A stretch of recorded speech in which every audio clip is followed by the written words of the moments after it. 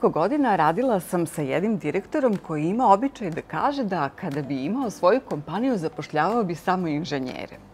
Međutim, za dobar tim nam je potrebno nešto sasvim drugo. Zamislite da je pravljenje tima kao pravljenje kolača. Kada hoćemo da napravimo neki baš dobar kolač, potrebne su nam razne kvalitetne namirnice. Kolač ne možemo da napravimo od 3 vrste brašna, ma koliko to brašno bilo kvalitetno.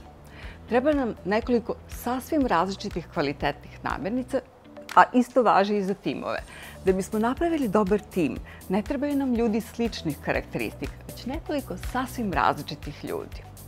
Kada smo nabavili različite kvalitetne namirnice, sledeće što treba da znamo jeste šta ćemo da uradimo sa njima. Da bismo napravili baš dobar kolač, treba da pomešamo te namirnice u određenoj srazmeri i na određeni način.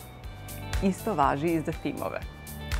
Nije dovoljno da u kancelariju ubacimo neke divne, najbolje ljude sa tržišta i kažemo im evo vi sad budite efikasan tim. Ne, treba da pronađemo recept pomoću kojeg će se te njihove veštine, znanje i lične karakteristike pomešati na idealan način.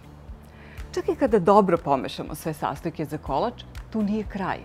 Treba da ga ispečemo. I tu nastaje magija, jer kada ispečemo kolač, svi sastojci naprave određenu transformaciju, postanu drugačiji. Upravo ta promena svakog sastojka stvara ukupnu harmoniju ukusa kolača. Isto važi i za timove. Svaki član tima treba da doživi određenu transformaciju, da bude spreman da bude drugačiji, da dozvoli promenu u sebi da bi ceo tim bio bolji. Eto, tako se pravi dobar tim.